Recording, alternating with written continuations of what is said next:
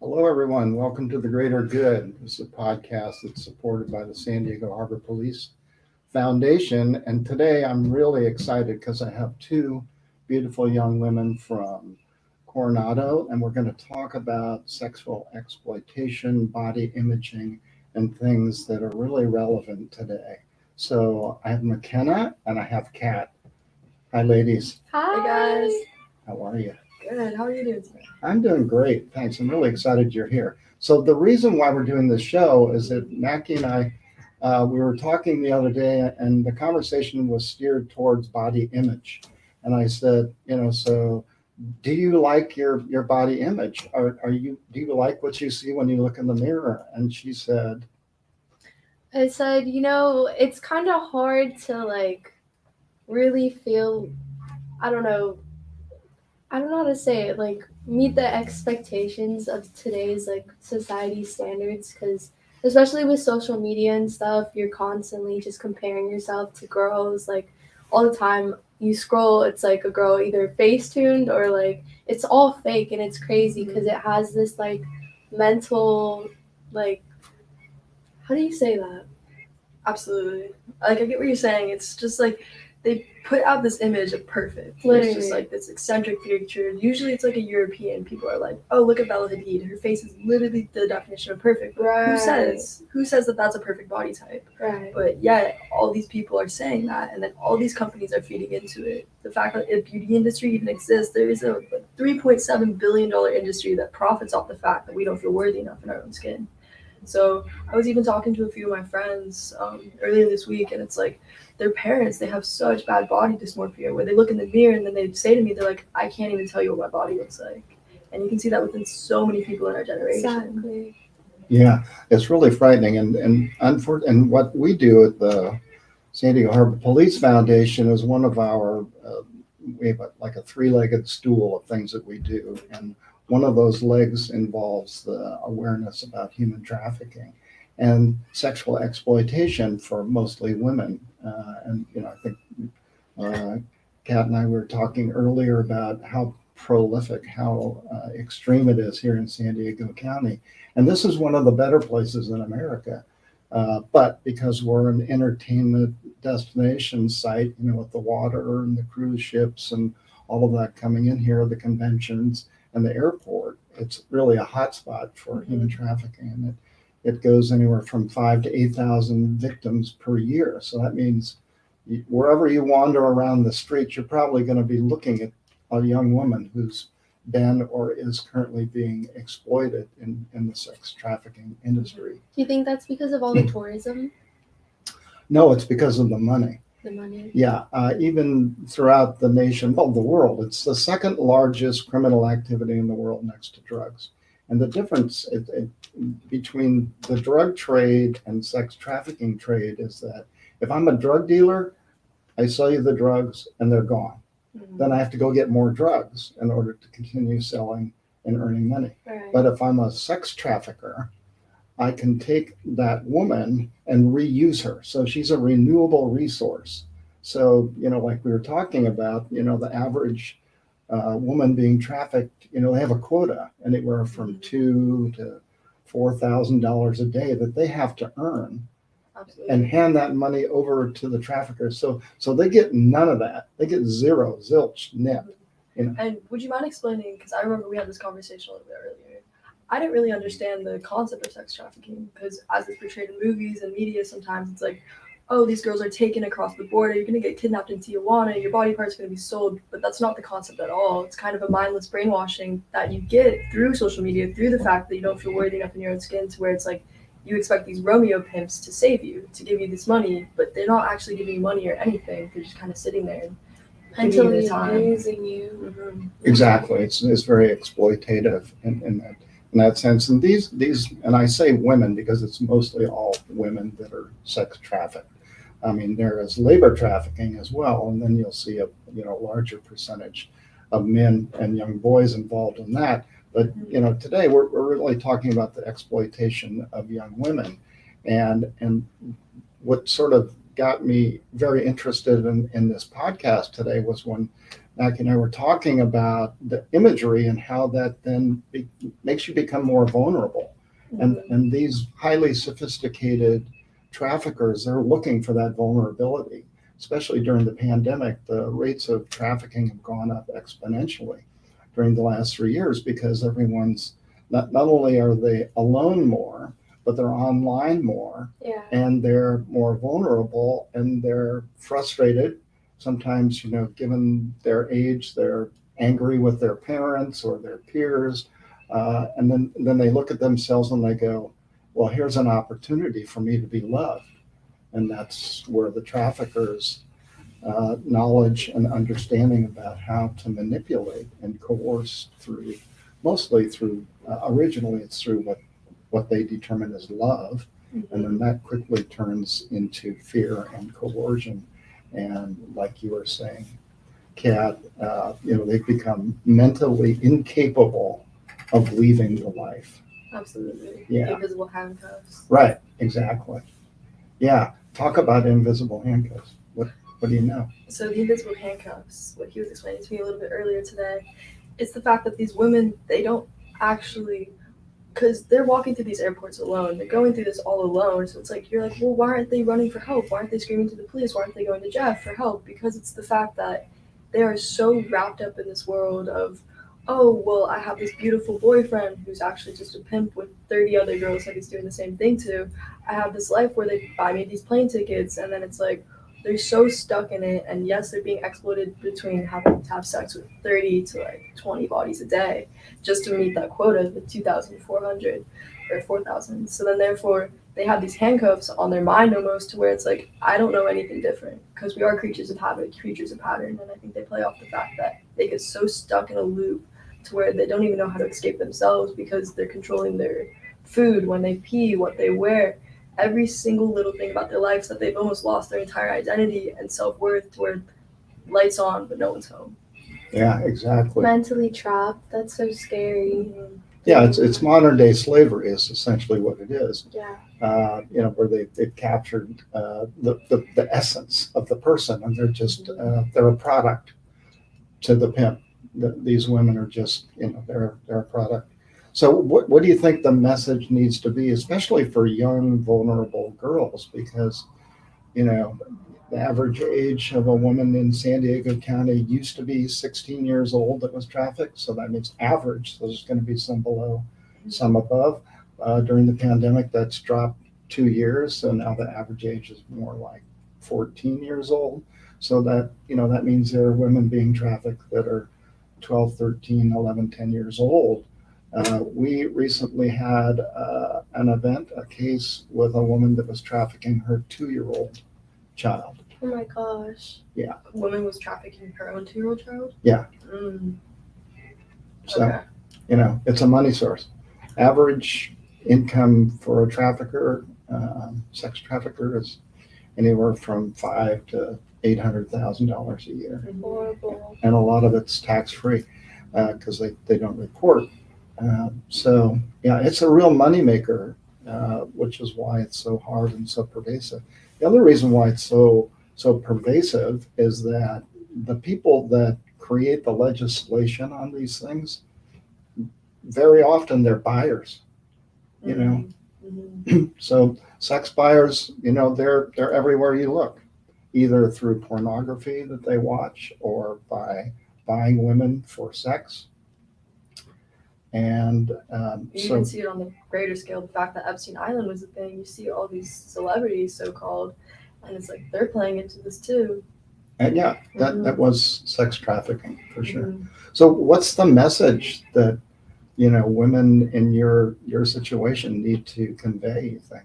Well, like you're talking about, I think the reason why the rates have dropped to, like, instead of it being the average, like, woman being 16 years old, like, who are sex trafficked, and like you said, it's 12 right now, or 14's the 14? average, but yeah. I think it's because during COVID, everyone started becoming like just more prone to just use their phones more. Everyone's online. Like, there's not much you can do when you're just at home. Right. And I think that, like, is a big reason that affects that, because nowadays you see young girls who are just constantly on social media. And like you were telling us earlier, these Romeo guys text them through that. And it's so common for like us to randomly just start texting people, like people on our DMs, like our direct messages, like we just reply and reply even though they're strangers. And that's normalized. And that's insane. That is literally how the sex traffickers can get you, can find your information. Like, it's insane. Exactly, because they basically just play into everything that's going on within our own worlds. 100%. I feel like in this world that we live in today, it's all through social media. It's all kind of through looking for that instant gratification, that like one little thing to where it's like, oh, I feel good for this second. Oh, someone called me beautiful. Oh, awesome. Let me latch on to that more. And Comments they and see that, likes. these masterminds, they're like, okay, awesome. I can pull this girl, pull her in, reel her in, to the point where it's like these girls are so lost in it that they don't even know how to get themselves out. And then sooner or later, they are meeting these people physically, and then therefore they're being captured. Not physically captured, but mentally captured by these people and coerced to where they don't even know how to get out. Yeah, it's very challenging for someone it's called the life. Once they're in the life, in order to get out of the life, it's a real challenge. The average woman who decides they want to get out of the life, it usually takes anywhere from 3 to 5 times, 3 to 5 attempts over a number of years. And when they try and escape from the life, the consequences are very extreme, from at the least emotional trauma to more often than not a very serious beatdown, till like our survivor victim, Keelan Washington, who works currently with Generate Hope here, which is they have homes for women that have been trafficked, and then they try and rehabilitate them, get them back into some form of normal life. The first time she tried to get out, he beat her until she was unconscious, and so how do you overcome that, with so much pressure? I think it's starting with, even now, we're not in this, we're not being victimized at this very moment, but I think for every single young girl, and even young boys too, everyone just needs to start to understand that they don't need anything from anyone else. They don't need some Romeo to come and sweep them off their feet and take them. They don't need someone else to plan their life for them. They don't need any of this. It's the fact that, first of all, you need to feel worthy, but then you need to be able to validate yourself. You need to be able to wake up every single day and not look to anyone else's perspective of you or anyone else's eyes to view you as something. You need to sit there and look yourself in the mirror and kind of be like, this is my life. I am in this individual body, and this is how I get to live. And even starting with that, so you're not going to be pulled to social media as much to sway your opinions, because going on social media, you can get swayed in 10 different directions just by one single scroll. Right. So it's being enough in your own individual body and your own individual thoughts and brain to be like, this is my life. What choices am I going to make for myself today? And how am I going to start living for myself, not for everyone else and how everyone else wants me to be, what they want to see, and just kind of playing off the fact, because social media presents this image too of like, you need to be a certain way, you need to do this, and this, and then you can even see that within school systems too. They're like, you need to achieve the best grades, this and that and that. And honestly, I see so many reforms happening, especially in my high school. It's starting to lessen the pressure on kids. They're like, well, go find your own, go do this, and I'll try and support you. But yeah, I think it's all about kids kind of being able to look at themselves and be like, how can I live my life for myself and only for myself, and therefore living it for everyone else. So if you had the tools, you were aware of the red flags, as it were, of what sex trafficking looks like, how a victim might be identifiable to you, or a trafficker might be identifiable to you. Do you think that would be a useful thing for high school people to learn? Definitely. I think more of us, like young girls, young boys, need to be aware of who they're texting, because like I said before, like we just text strangers and like that's okay, that's normalized. We need to just make sure that, just be aware of who you're texting, that's all. And like, don't meet up with anyone you don't know. If you haven't met them in real life before, be aware of that. Don't take that for granted. You have to be really careful and take extra precautions, because it's like, especially in the world we live in today, it's scary. You don't know who's behind that screen. You don't know if you're being catfished. You don't know if you're talking to an older guy. You don't know. So you have to be aware of that. Right. And that's part of the process, this grooming process that you and I were talking about, Kat, where very often the conversation on text or Snapchat or whatever it is, it's going to be a woman or a young girl. At least that's the image that's going to be portrayed to you. Yeah. And it's going to be really innocuous, very casual, very subtle. Hey, where do you live? What are you up to? What do you like to do? Let's go grab coffee. Right? Some cool. Yeah. What's the nearest coffee shop to you? Where can we meet up? Exactly. Right. So all that, and you're absolutely right, Kat. And so really they're just gathering data. And they will physically meet with you, and it will be a girl or what appears to be a young girl, because you don't really know how old people are very often.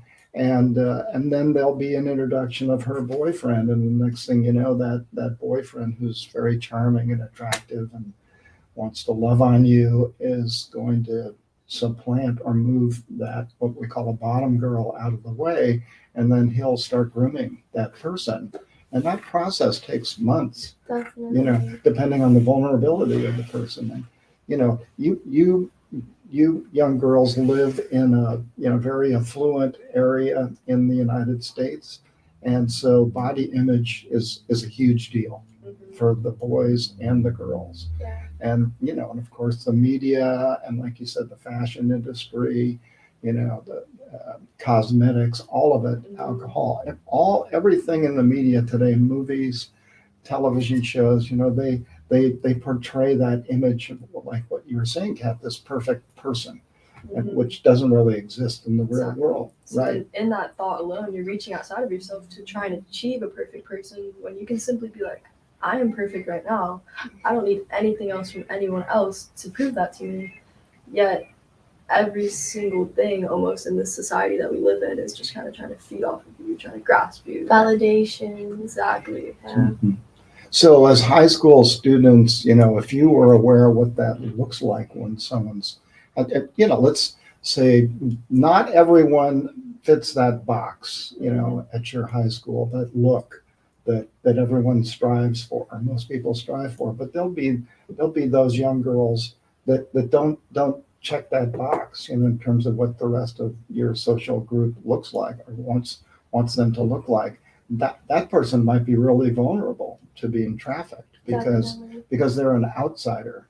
And so all of a sudden they're on social media, and this guy or this woman reaches out to her and says, hey, you're really cool. I'd really love to get to know you. Like you said, let's go have coffee. And, so that's someone who's really vulnerable. And that's a spot where you guys who are learning about what the misconceptions are about trafficking versus, what's really happening on the ground, you could make a difference. Absolutely.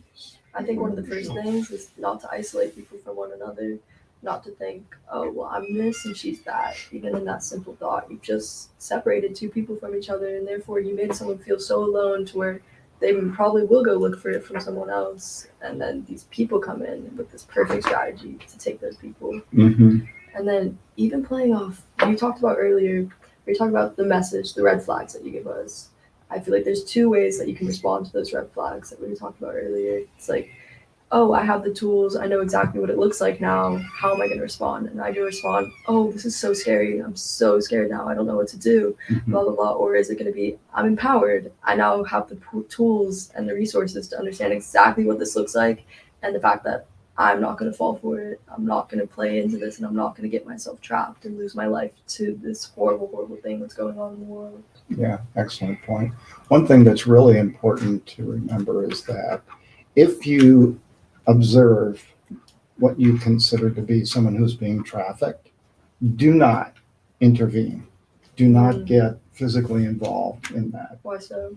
Because it's dangerous. These traffickers are very volatile, extremely violent people. Not only that, but the woman, because she's been coerced to the point where she's trained not to make eye contact. She's trained not to respond to law enforcement. She's trained to do lots of things in order to survive in her new world. And if that trafficker thinks that she approached you, which often is not the case, that woman's going to suffer the consequences. She'll be beaten. She'll be coerced. Her family will be beaten. Like I was telling you about the case where the young woman had a little dog that she loved, and the trafficker kept the dog whenever she was out meeting her quota. And when she wanted to leave the life, he said, I'll kill your dog if you try and leave me. And then she tried again, and he killed the dog. So, So what's the best thing to do? Let's say I meet someone, a young girl, I see that she's really shaky, not talking to law enforcement, no eye contact, and you kind of can tell that she's wrapped up in something. How do I approach her? What do I do? What do Well, I talk to? you can befriend that person. Just be a caring person who's willing to listen. And very often, if she hasn't been fully indoctrinated into the life, then there's a chance that she might open up and say, I met this person online. I'm thinking about meeting them, whatever, and then have a conversation. That's fine. She's not in the life, but if like you're at the airport or your convention center, a hotel, and you see something that looks pretty clear in your mind, the red flags are there, then you want to notify law enforcement, or you can notify like hotel security or the manager of the restaurant, whatever it is. They throughout San Diego County, most of these people in the tourism hospitality industry, which is mostly where you're going to see it, they're being trained right now by our awareness training, which, by the way, is www.helpstophumantrafficking.org. It's free of charge. All you have to do is go on to that website and request access, and it will be granted, and that training will then be available to you at no cost. Yeah. Pretty cool stuff. That's cool stuff. Yeah. Shows that there's still good people out in the world. There's still people actively trying to make a change, do something a little better. I'm really impressed that you two people are willing to even sit here and have this conversation. Well, I think it's important. Like, we going into this, like our conversation before, I think we both learned so much because we just weren't aware of like everything going on.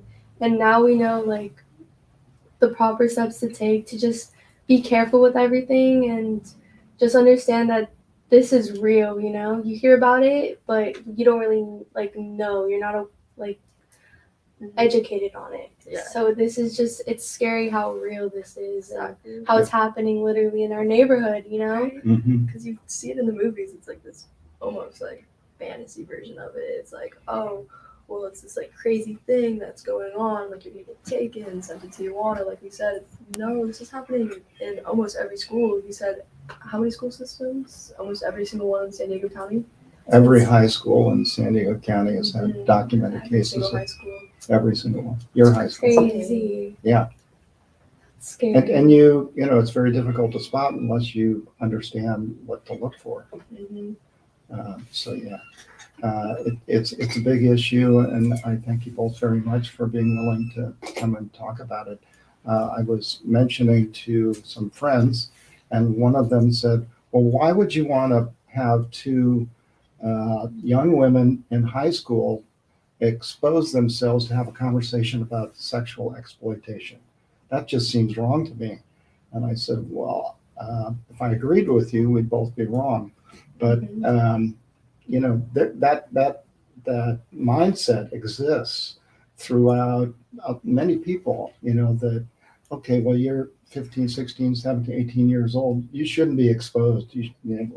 Let's hold back. Let's shield that person from that sort of information. Which is the complete opposite, because it's what we were talking about earlier. You're just putting fear into these people, being like, you should be fearful of this. Just don't even do your research. Don't even look into it. Don't even get a part of it. Yeah. But it's no. This is something that's happening right now. It needs to be talked It about. needs to be talked about. It needs to be awareness needs to be brought to it, and especially in our generation. Just through this 2-hour-long conversation we've had today, so much we've learned just in this little short amount of time. And how much we can relate to the red flags given, Right? how that's normalized. Oh my god.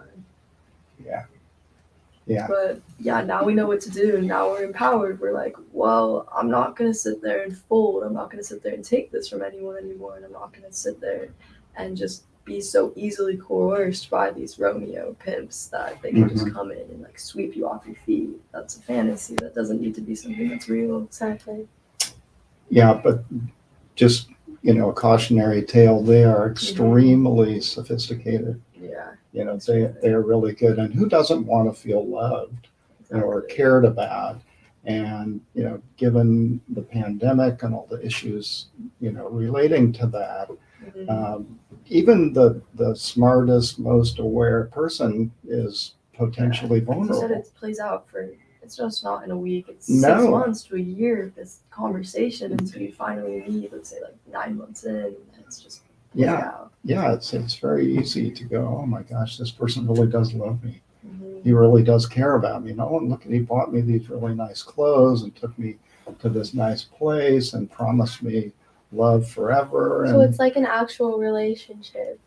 That's insane. It's like if you have a boyfriend and you hang out with them every single day, and then it's almost like a drug. Like you get attached to them, and it's exactly that. And then they take advantage of that, and that's so sad. It's so It's into sad. the feeling, they're like, wow, they make me feel so loved. Exactly. right, and nobody else loves me like he does, Mhm. right? My parents don't understand this and that, 'cause Right. it pulls you away from your parents. They don't. No one loves They me don't like listen you. to me.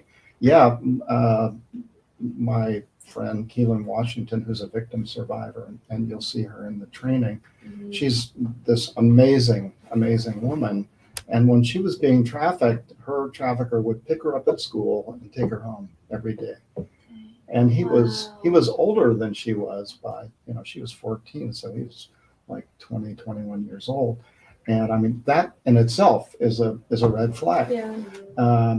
I mean, that's not to say as you become an adult that you fall in love or you marry someone who has a broader age differential. I mean, that happens, frequently. But when you're at that vulnerable age, in those teen years and early 20s, that's just not appropriate.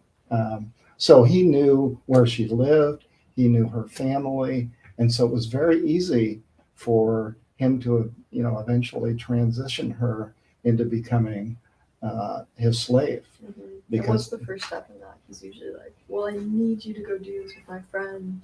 right, good point. So very often they'll develop that strong bond, the female has with this pimp, and she hasn't seen the horrible side of that person yet.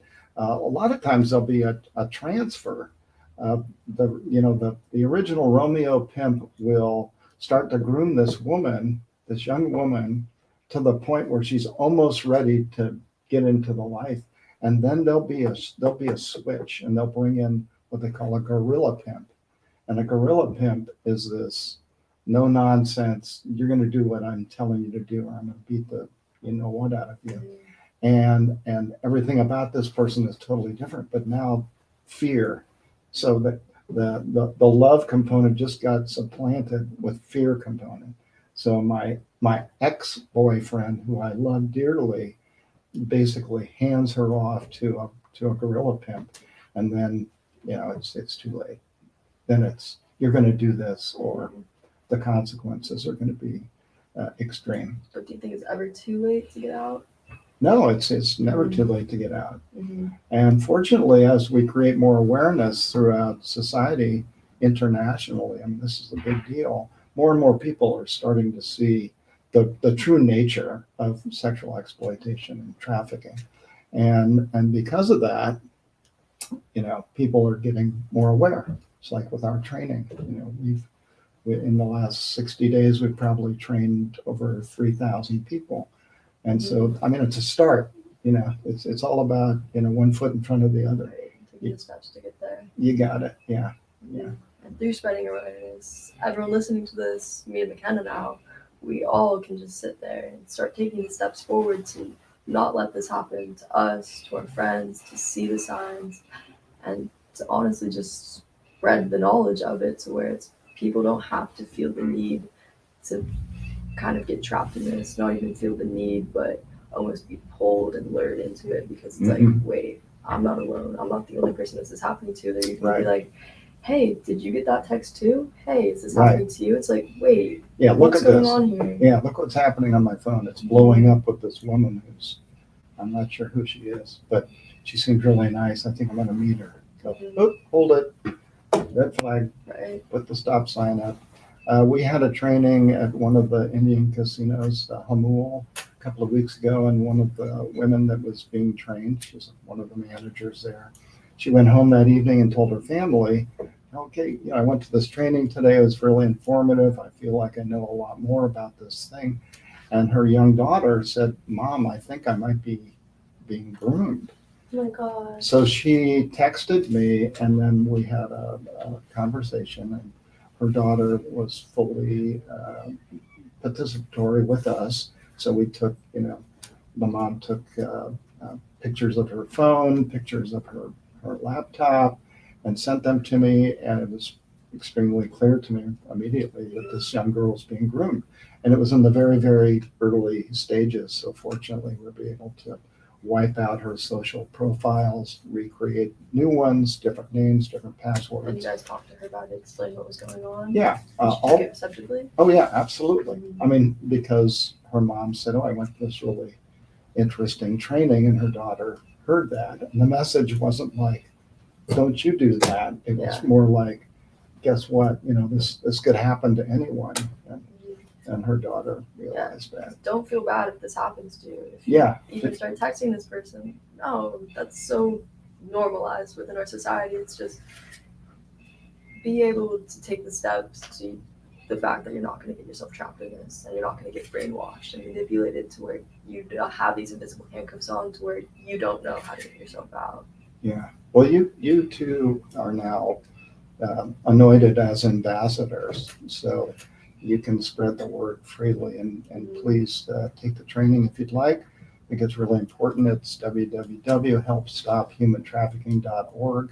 Just push the request access button, and then you'll be there. And again, thank you so much for being willing to come here and being so forthright and articulate. My gosh, you guys are just so bright. It really makes me happy to know you. Thank you, and thank you for spreading so much awareness and dedicating your life to this foundation to do this and to help teach us, and just sitting out here and putting yourself out there every single day. Outstanding. So to all my listeners, I hope to see you all soon. We've got another show coming up Thursday with Dr. Maria Sturchler, works for Scripps Clinic. She's an amazing woman. We're just going to be fascinating. Hopefully have a good conversation with her coming up real soon. Thanks so much.